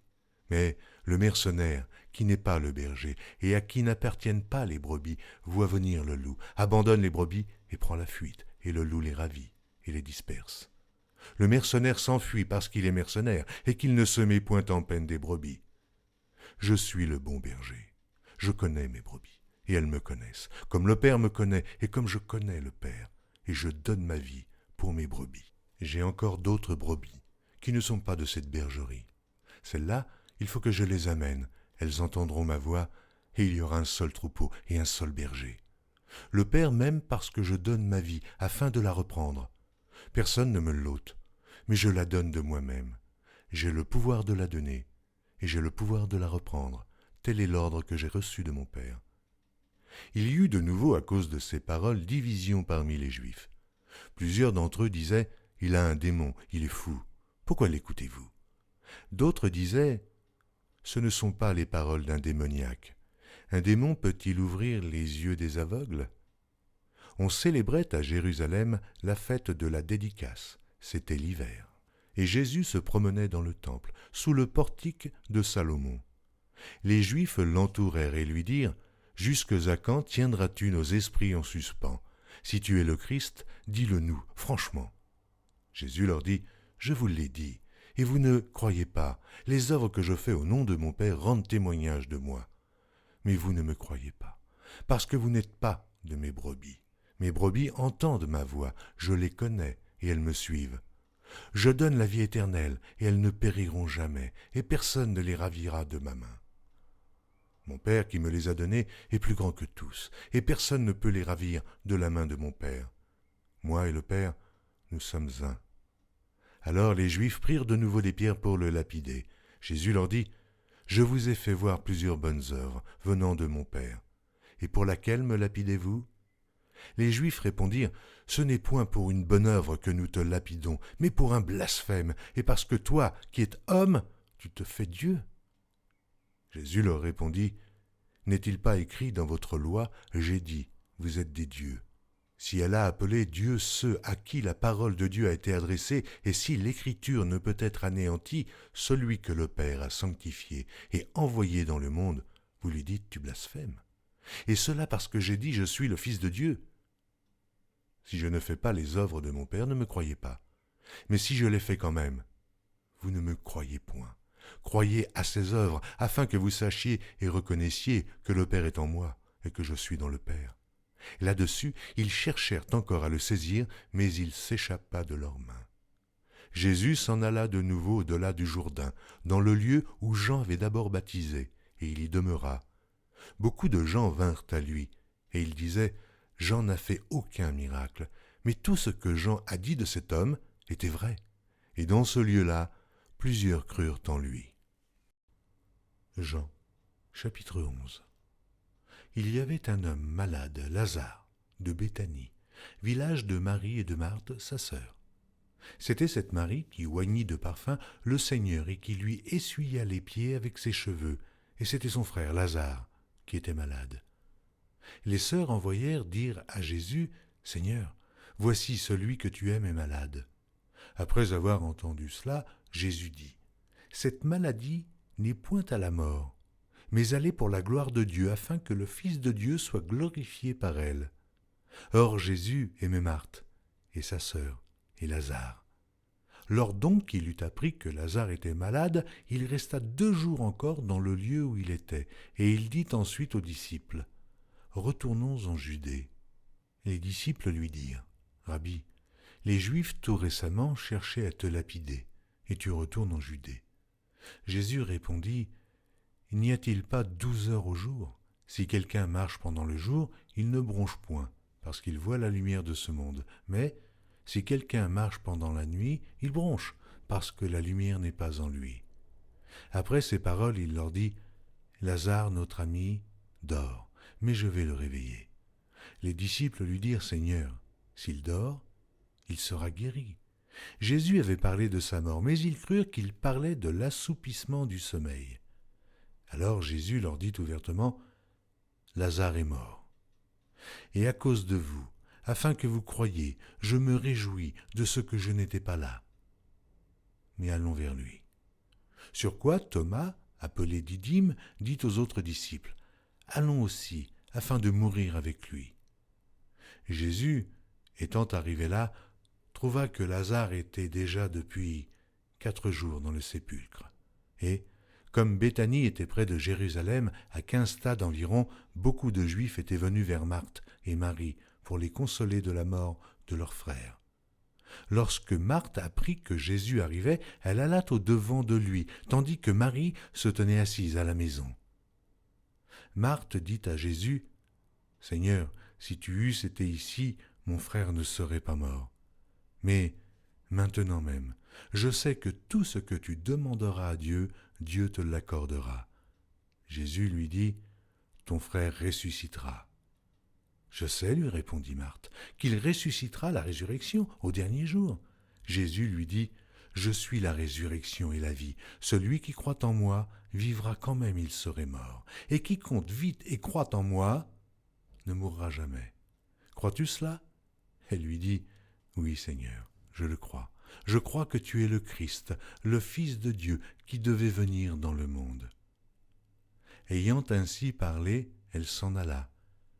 Puis elle appela secrètement Marie, sa sœur, et lui dit, « Le Maître est ici, et il te demande. » Dès que Marie eut entendu, elle se leva promptement et alla vers lui, car Jésus n'était pas encore entré dans le village, mais il était dans le lieu où Marthe l'avait rencontré. Les Juifs qui étaient avec Marie dans la maison et qui la consolaient, l'ayant vue se lever promptement et sortir, la suivirent, disant « Elle va au sépulcre pour y pleurer. » Lorsque Marie fut arrivée, là où était Jésus, et qu'elle le vit, elle tomba à ses pieds et lui dit « Seigneur, si tu eusses été ici, mon frère ne serait pas mort. » Jésus, la voyant pleurer, elle et les Juifs qui étaient venus avec elle, frémit en son esprit et fut tout ému. Et il dit « Où l'avez-vous mis ?» Seigneur, lui répondirent-ils, viens et vois. Jésus pleura. Sur quoi les Juifs dirent, voyez comme il l'aimait. Et quelques-uns d'entre eux dirent, lui qui a ouvert les yeux de l'aveugle, ne pouvait-il pas faire aussi que cet homme ne mourût point? Jésus, frémissant de nouveau en lui-même, se rendit au sépulcre. C'était une grotte, et une pierre était placée devant. Jésus dit, ôtez la pierre. Marthe, la sœur du mort, lui dit, Seigneur, il sent déjà, car il y a 4 jours qu'il est là. Jésus lui dit, ne t'ai-je pas dit que, si tu crois, tu verras la gloire de Dieu. Ils ôtèrent donc la pierre, et Jésus leva les yeux en haut et dit, Père, je te rends grâce de ce que tu m'as exaucé. Pour moi, je savais que tu m'exauces toujours, mais j'ai parlé à cause de la foule qui m'entoure, afin qu'ils croient que c'est toi qui m'as envoyé. Ayant dit cela, il cria d'une voix forte, Lazare, sors. Et le mort sortit les pieds et les mains liés de bandes, et le visage enveloppé d'un linge. Jésus leur dit, déliez-le, et laissez-le aller. Plusieurs des Juifs qui étaient venus vers Marie et qui virent ce que fit Jésus, crurent en lui. Mais quelques-uns d'entre eux allèrent trouver les pharisiens et leur dirent ce que Jésus avait fait. Alors, les principaux sacrificateurs et les pharisiens assemblèrent le Sanhédrin et dirent « Que ferons-nous ? Car cet homme fait beaucoup de miracles. Si nous le laissons faire, tous croiront en lui, et les Romains viendront détruire et notre ville et notre nation. » L'un d'eux, Caïphe, qui était souverain sacrificateur cette année-là, leur dit « Vous n'y entendez rien. Vous ne réfléchissez pas qu'il est dans votre intérêt qu'un seul homme meure pour le peuple et que la nation entière ne périsse pas. » Or, il ne dit pas cela de lui-même. Mais étant souverain sacrificateur cette année-là, il prophétisa que Jésus devait mourir pour la nation. Et ce n'était pas pour la nation seulement. C'était aussi afin de réunir en un seul corps les enfants de Dieu dispersés. Dès ce jour, ils résolurent de le faire mourir.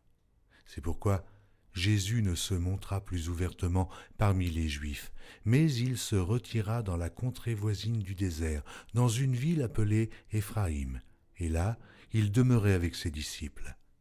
La Pâque des Juifs était proche, et beaucoup de gens du pays montèrent à Jérusalem avant la Pâque pour se purifier. Ils cherchaient Jésus, et ils se disaient les uns aux autres dans le temple, « Que vous en semble? Ne viendra-t-il pas à la fête ?» Or les principaux sacrificateurs et les pharisiens avaient donné l'ordre que, si quelqu'un savait où il était, il le déclarât, afin qu'on se saisît de lui. Jean, chapitre 12. 6 jours avant la Pâque, Jésus arriva à Béthanie, où était Lazare, qu'il avait ressuscité des morts. Là, on lui fit un souper. Marthe servait, et Lazare était un de ceux qui se trouvaient à table avec lui. Marie, ayant pris une livre d'un parfum de nard pur de grand prix, oignit les pieds de Jésus, et elle lui essuya les pieds avec ses cheveux, et la maison fut remplie de l'odeur du parfum. Un de ses disciples, Judas Iscario, fils de Simon, celui qui devait le livrer, dit « Pourquoi n'a-t-on pas vendu ce parfum 300 deniers pour les donner aux pauvres ?» Il disait cela, non qu'il se mît en peine des pauvres, mais parce qu'il était voleur, et que, tenant la bourse, il prenait ce qu'on y mettait. Mais Jésus dit, « Laissez-la garder ce parfum pour le jour de ma sépulture. Vous avez toujours les pauvres avec vous, mais vous ne m'avez pas toujours. » Une grande multitude de Juifs apprirent que Jésus était à Béthanie, et ils y vinrent, non pas seulement à cause de lui, mais aussi pour voir Lazare, qu'il avait ressuscité des morts. Les principaux sacrificateurs délibérèrent de faire mourir aussi Lazare, parce que beaucoup de Juifs se retiraient d'eux à cause de lui et croyaient en Jésus. Le lendemain, une foule nombreuse de gens venus à la fête, ayant entendu dire que Jésus se rendait à Jérusalem, prirent des branches de palmier et allèrent au-devant de lui en criant « Hosanna, Hosanna, béni soit celui qui vient au nom du Seigneur, le roi d'Israël. » Jésus trouva un ânon et s'assit dessus, selon qu'il est écrit « Ne crains point, fille de Sion, voici, ton roi vient, assis sur le petit d'une ânesse. » Ses disciples ne comprirent pas d'abord ces choses, mais, lorsque Jésus eut été glorifié, il se souvint qu'elles étaient écrites de lui, et qu'il les avait accomplies à son égard. Tous ceux qui étaient avec Jésus quand il appela Lazare du sépulcre et le ressuscita des morts lui rendaient témoignage, et la foule vint au-devant de lui parce qu'elle avait appris qu'il avait fait ce miracle. Les pharisiens se dirent donc les uns aux autres, « Vous voyez que vous ne gagnez rien, voici, le monde est allé auprès de lui. » Quelques Grecs du nombre de ceux qui étaient montés pour adorer pendant la fête s'adressèrent à Philippe de Bethsaïda en Galilée et lui dirent avec instance « Seigneur, nous voudrions voir Jésus. » Philippe alla le dire à André. Puis André et Philippe le dirent à Jésus. Jésus leur répondit « L'heure est venue où le Fils de l'homme doit être glorifié. En vérité, je vous le dis, si le grain de blé qui est tombé en terre ne meurt, il reste seul. Mais s'il meurt, il porte beaucoup de fruits. Celui qui aime sa vie la perdra, et celui qui hait sa vie dans ce monde la conservera pour la vie éternelle. Si quelqu'un me sert, qu'il me suive, et là où je suis, là aussi sera mon serviteur. Si quelqu'un me sert, le Père l'honorera. Maintenant mon âme est troublée, et que dirai-je ? Père, délivre-moi de cette heure, mais c'est pour cela que je suis venu jusqu'à cette heure. Père, glorifie ton nom. Et une voix du ciel vint, je l'ai glorifié, et je le glorifierai encore. La foule qui était là et qui avait entendu disait que c'était un tonnerre. D'autres disaient, un ange lui a parlé. Jésus dit, ce n'est pas à cause de moi que cette voix s'est fait entendre, c'est à cause de vous. Maintenant a lieu le jugement de ce monde. Maintenant, le prince de ce monde sera jeté dehors. Et moi, quand j'aurai été élevé de la terre, j'attirerai tous les hommes à moi. En parlant ainsi, il indiquait de quelle mort il devait mourir. Jean, chapitre 13. Avant la fête de Pâques, Jésus, sachant que son heure était venue de passer de ce monde au Père, et ayant aimé les siens qui étaient dans le monde, mit le comble à son amour pour eux. Pendant le souper, lorsque le diable avait déjà inspiré au cœur de Judas Iscario, fils de Simon, le dessein de le livrer, Jésus, qui savait que le Père avait remis toutes choses entre ses mains, qu'il était venu de Dieu, et qu'il s'en allait à Dieu, se leva de table, ôta ses vêtements, et prit un linge dont il se ceignit. Ensuite, il versa de l'eau dans un bassin, et il se mit à laver les pieds des disciples, et à les essuyer avec le linge dont il était ceint. Il vint donc à Simon-Pierre, et Pierre lui dit, « Toi, Seigneur, tu me laves les pieds ?» Jésus lui répondit, « Ce que je fais, tu ne le comprends pas maintenant, mais tu le comprendras bientôt. » Pierre lui dit, « Non, jamais, jamais tu ne me laveras les pieds. » Jésus lui répondit, « Si je ne te lave, tu n'auras point de part avec moi. » Simon-Pierre lui dit, « Seigneur, non seulement les pieds, mais encore les mains et la tête. » Jésus lui dit, « Celui qui est lavé n'a besoin que de se laver les pieds pour être entièrement pur. Et vous êtes purs, mais non pas tous. » Car il connaissait celui qui le livrait. C'est pourquoi il dit, « Vous n'êtes pas tous purs. » Après qu'il leur eut lavé les pieds et qu'il eut pris ses vêtements, il se remit à table et leur dit, « Comprenez-vous ce que je vous ai fait ? Vous m'appelez Maître et Seigneur, et vous dites bien, car je le suis.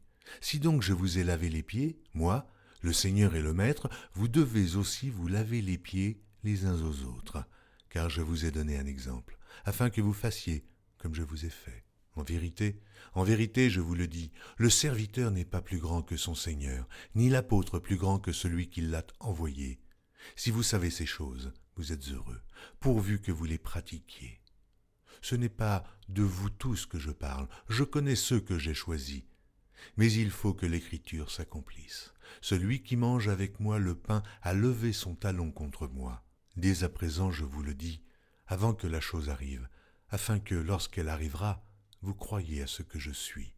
En vérité, je vous le dis, Celui qui reçoit celui que j'aurai envoyé me reçoit, et celui qui me reçoit reçoit celui qui m'a envoyé. » Ayant ainsi parlé, Jésus fut troublé en son esprit, et il dit expressément, « en vérité, je vous le dis, l'un de vous me livrera. » Les disciples se regardaient les uns les autres, ne sachant de qui il parlait.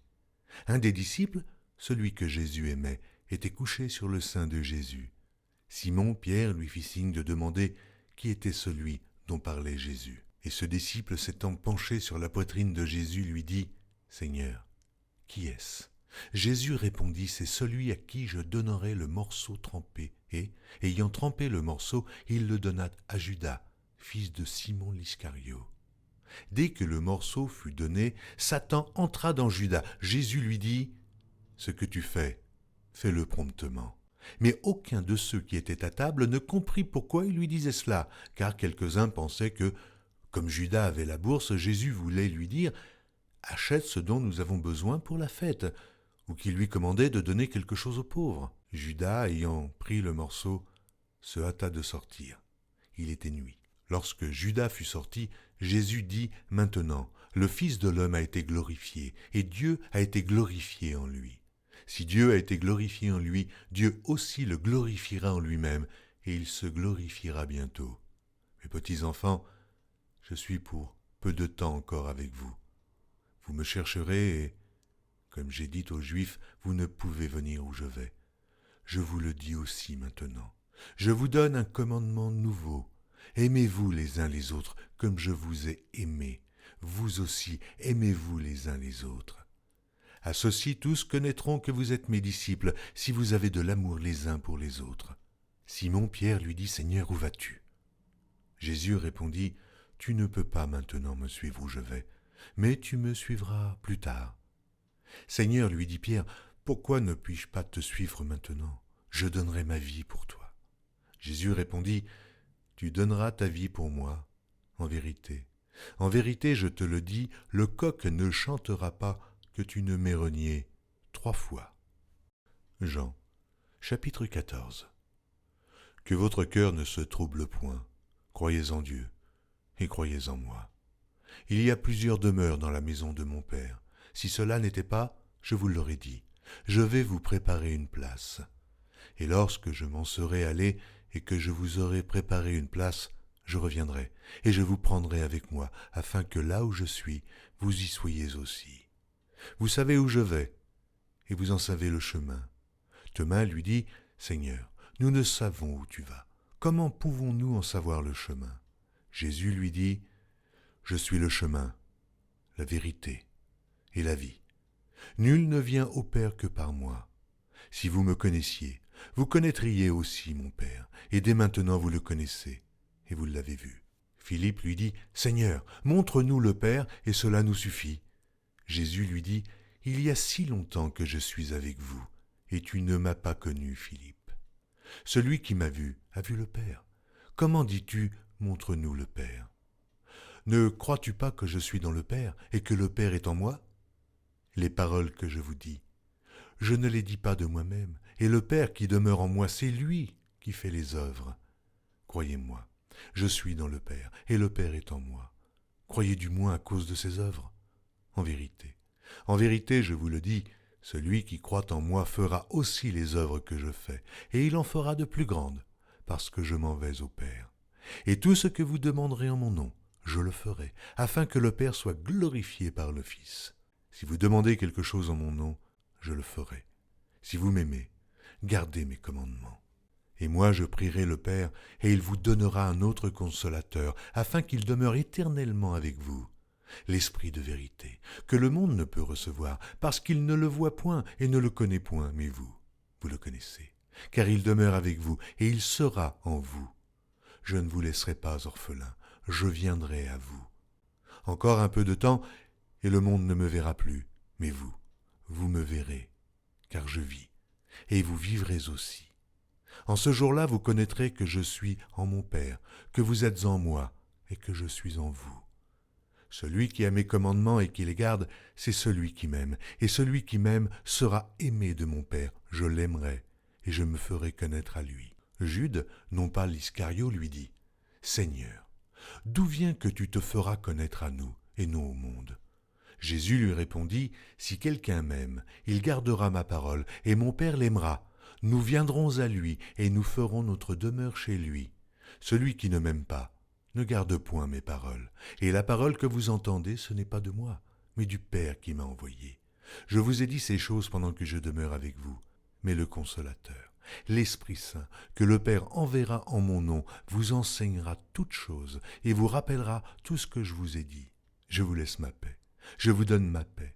Je ne vous donne pas comme le monde donne, que votre cœur ne se trouble point et ne s'alarme point. Vous avez entendu que je vous ai dit, je m'en vais et je reviens vers vous. Si vous m'aimiez, vous vous réjouiriez de ce que je vais au Père, car le Père est plus grand que moi. Et maintenant je vous ai dit ces choses avant qu'elles arrivent, afin que, lorsqu'elles arriveront, vous croyiez. Je ne parlerai plus guère avec vous, car le prince du monde vient. Il n'a rien en moi, mais afin que le monde sache que j'aime le Père et que j'agis selon l'ordre que le Père m'a donné, levez-vous, partons d'ici. Jean, chapitre 15. Je suis le vrai cep et mon Père est le vigneron. Tout sarment qui est en moi, qui ne porte pas de fruit, il le retranche, et tout sarment qui porte du fruit, il l'émonde, afin qu'il porte encore plus de fruits. Déjà vous êtes purs, à cause de la parole que je vous ai annoncée. Demeurez en moi, et je demeurerai en vous. Comme le sarment ne peut de lui-même porter du fruit s'il ne demeure attaché au cep, ainsi vous ne le pouvez non plus, si vous ne demeurez en moi. Je suis le cep, et vous êtes les sarments. Celui qui demeure en moi, et en qui je demeure, porte beaucoup de fruits, car sans moi, vous ne pouvez rien faire.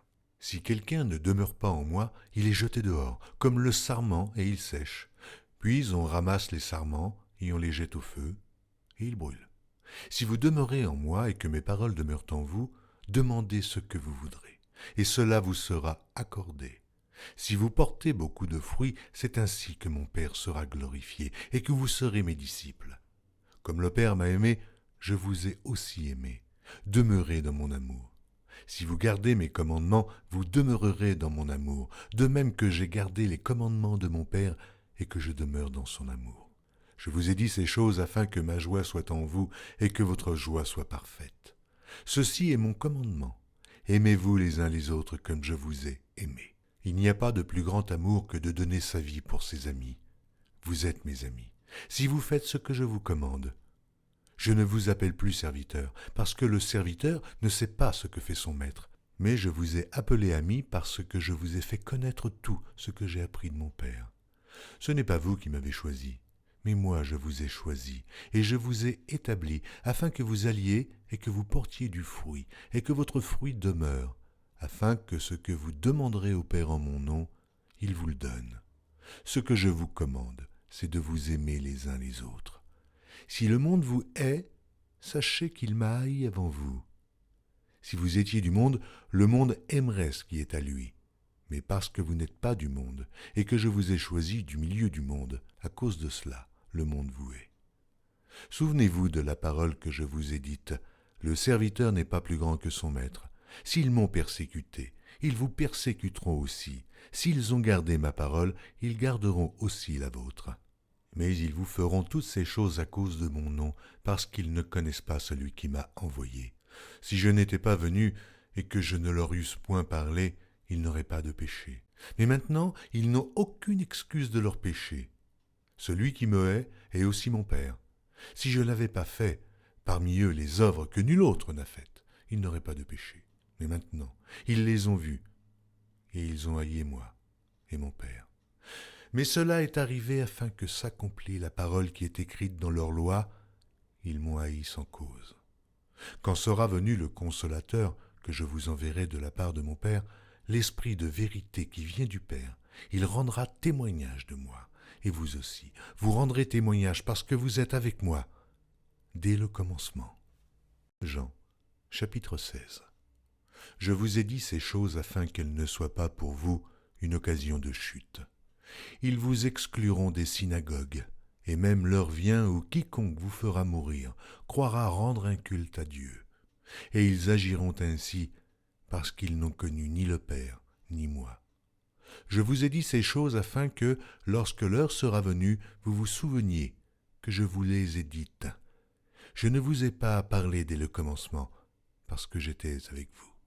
Maintenant je m'en vais vers celui qui m'a envoyé, et aucun de vous ne me demande « Où vas-tu » Mais parce que je vous ai dit ces choses, la tristesse a rempli votre cœur.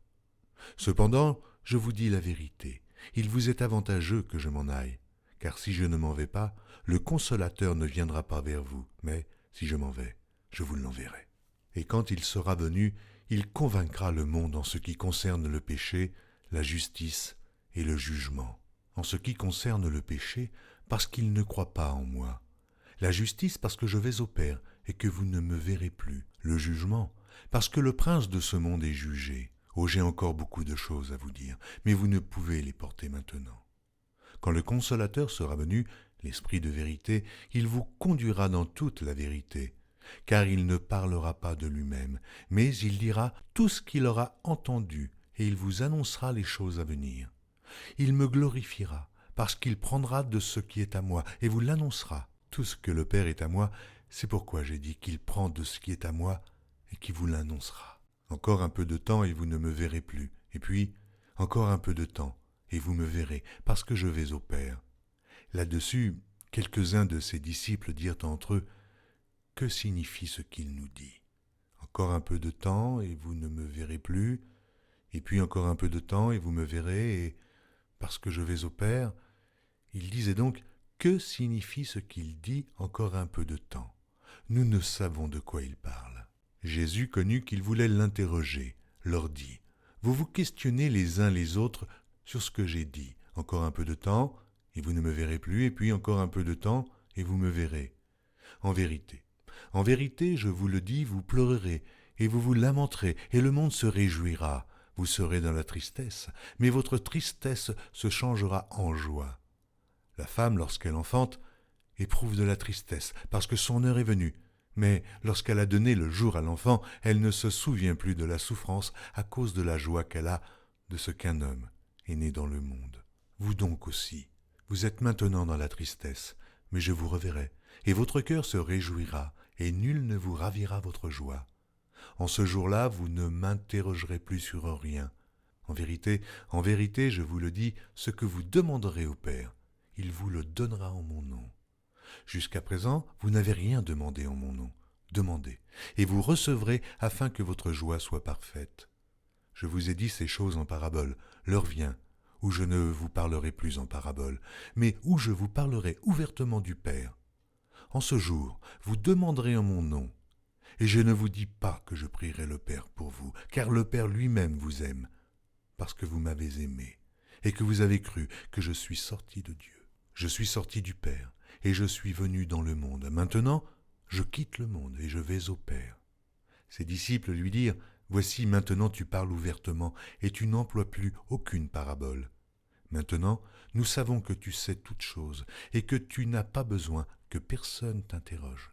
C'est pourquoi nous croyons que tu es sorti de Dieu. » Jésus leur répondit, « Vous croyez maintenant.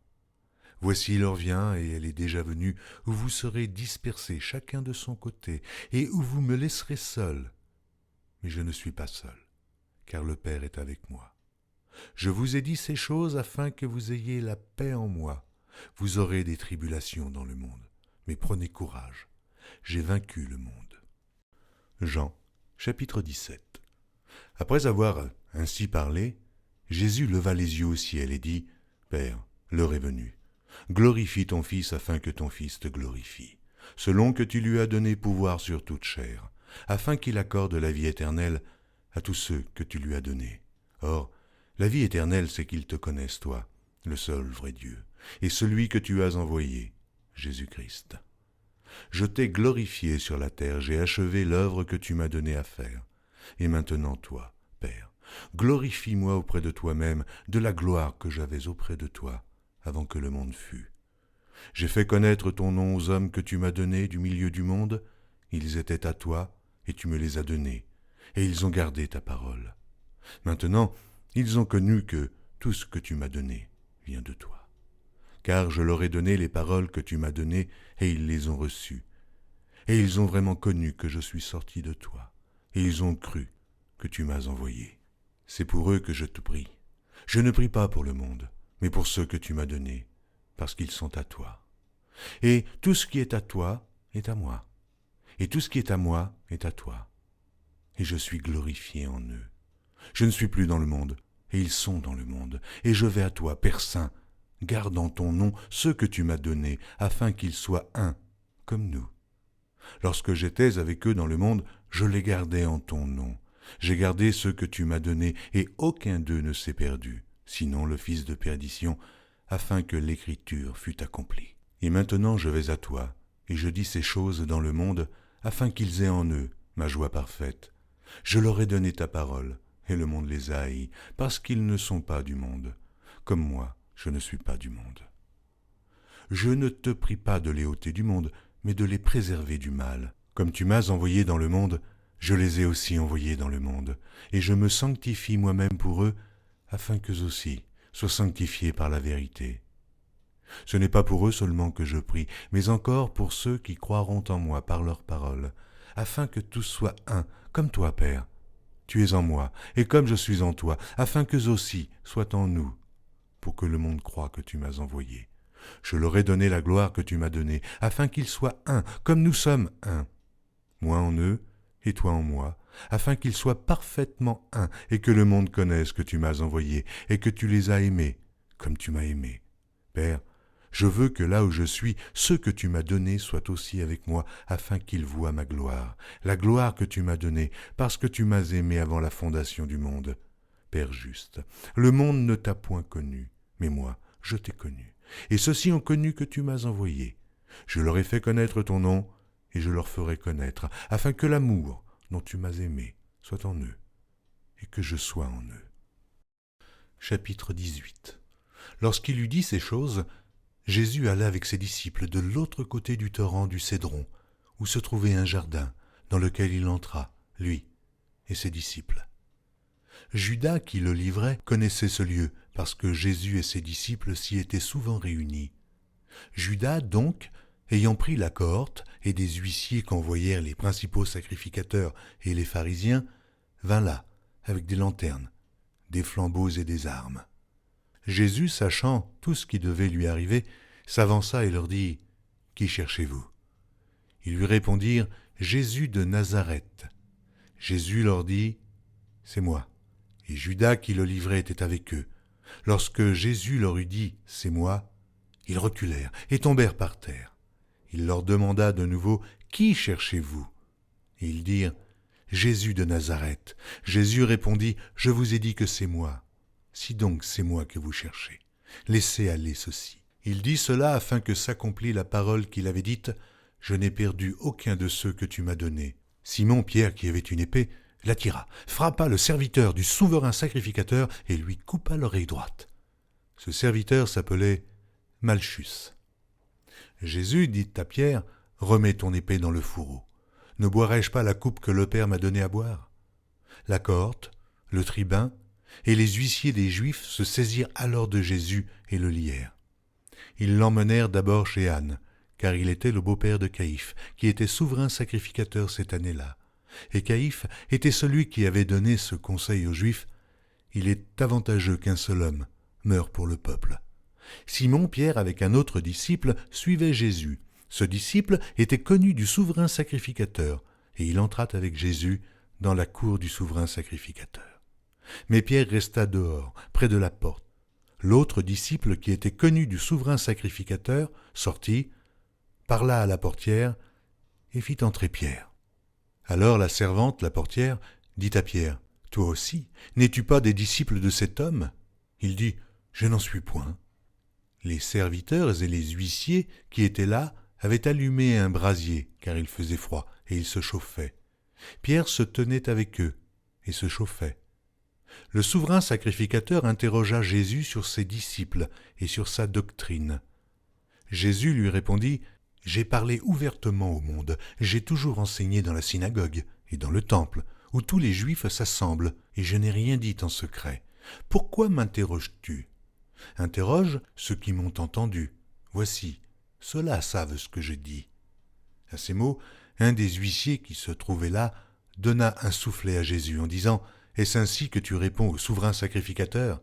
Jésus lui dit « Si j'ai mal parlé, fais voir ce que j'ai dit de mal. Et si j'ai bien parlé, pourquoi me frappes-tu » Anne l'envoya lié à Caïphe, le souverain sacrificateur. Simon-Pierre était là et se chauffait. On lui dit « Toi aussi, n'es-tu pas de ses disciples ?» Il le nia et dit « Je n'en suis point. » Un des serviteurs du souverain sacrificateur, parent de celui à qui Pierre avait coupé l'oreille, dit « Ne t'ai-je pas vu avec lui dans le jardin ?»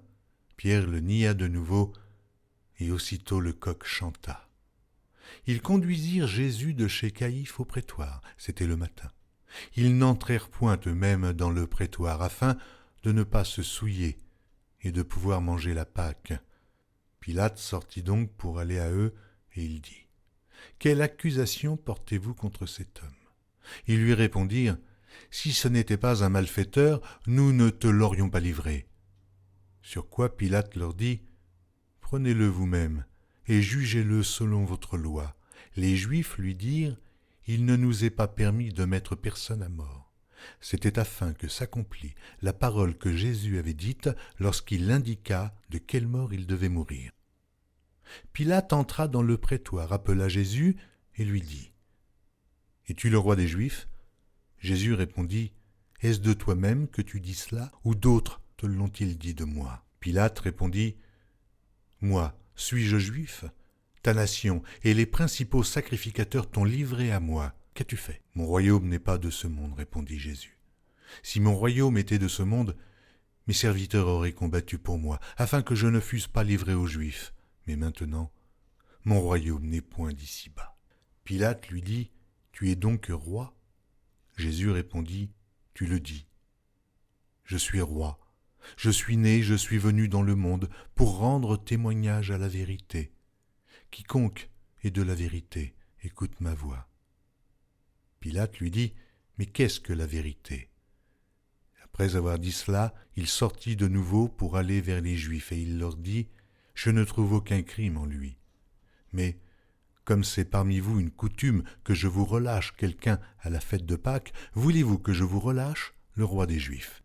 Alors, de nouveau, tous s'écrièrent, « Non, pas lui, mais Barabbas. » Or, Barabbas était un brigand.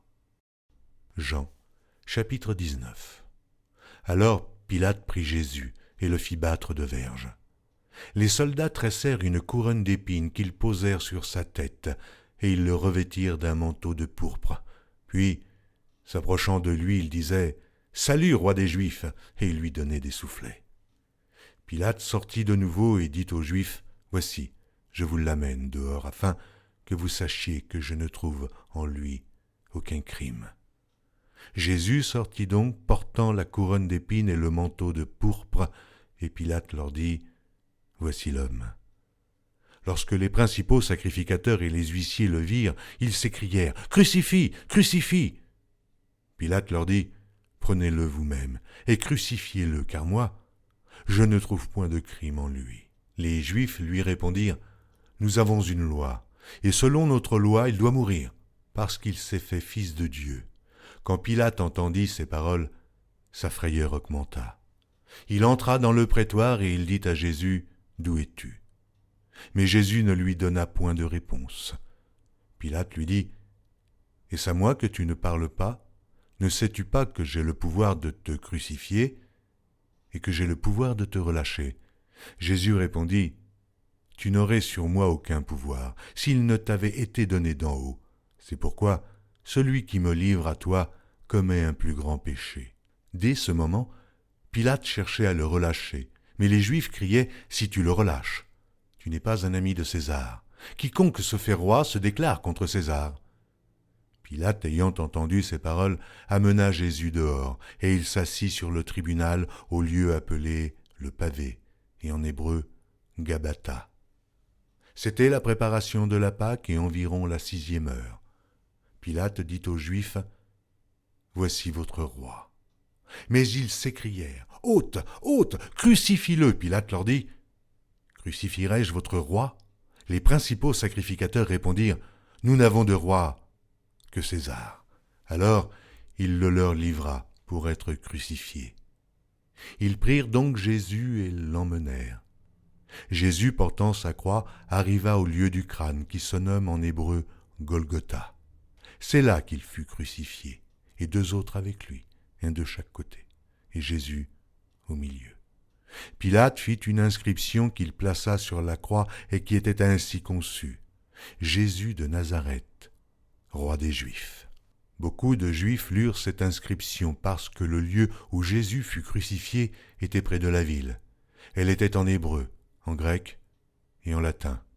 Les principaux sacrificateurs des Juifs dirent à Pilate: « N'écris pas roi des Juifs, mais écris qu'il a dit: Je suis roi des Juifs. » Pilate répondit: « Ce que j'ai écrit, je l'ai écrit. » Les soldats, après avoir crucifié Jésus, prirent ses vêtements et ils en firent 4 parts, une part pour chaque soldat. Ils prirent aussi sa tunique qui était sans couture, d'un seul tissu, depuis le haut jusqu'en bas, et ils dirent entre eux: « Ne la déchirons pas, mais tirons au sort à qui elle sera. » Cela arriva afin que s'accomplisse cette parole de l'Écriture: « Ils se sont partagés mes vêtements, et ils ont tiré au sort ma tunique. » Voilà ce que firent les soldats. Près de la croix de Jésus se tenait sa mère, et la sœur de sa mère, Marie, femme de Clopas, et Marie de Magdala.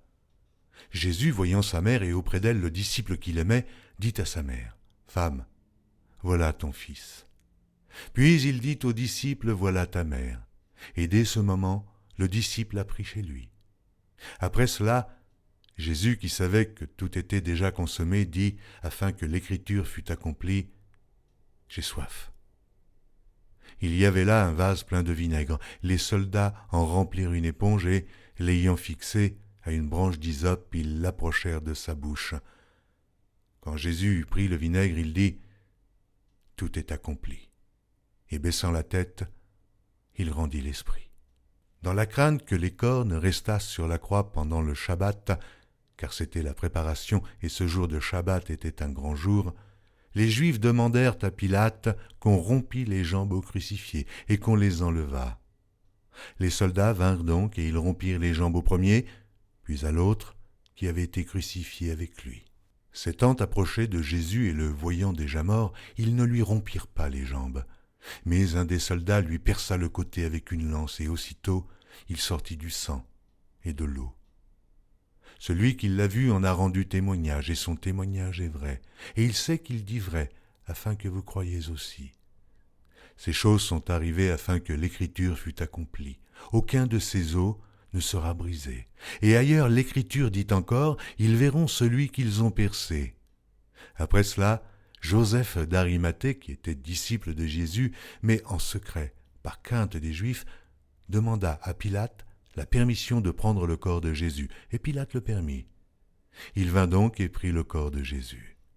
Nicodème, qui auparavant était allé de nuit vers Jésus, vint aussi, apportant un mélange d'environ 100 livres de myrrhe et d'aloès. Il prit donc le corps de Jésus, elles l'enveloppèrent de bandes avec les aromates, comme c'est la coutume d'ensevelir chez les Juifs.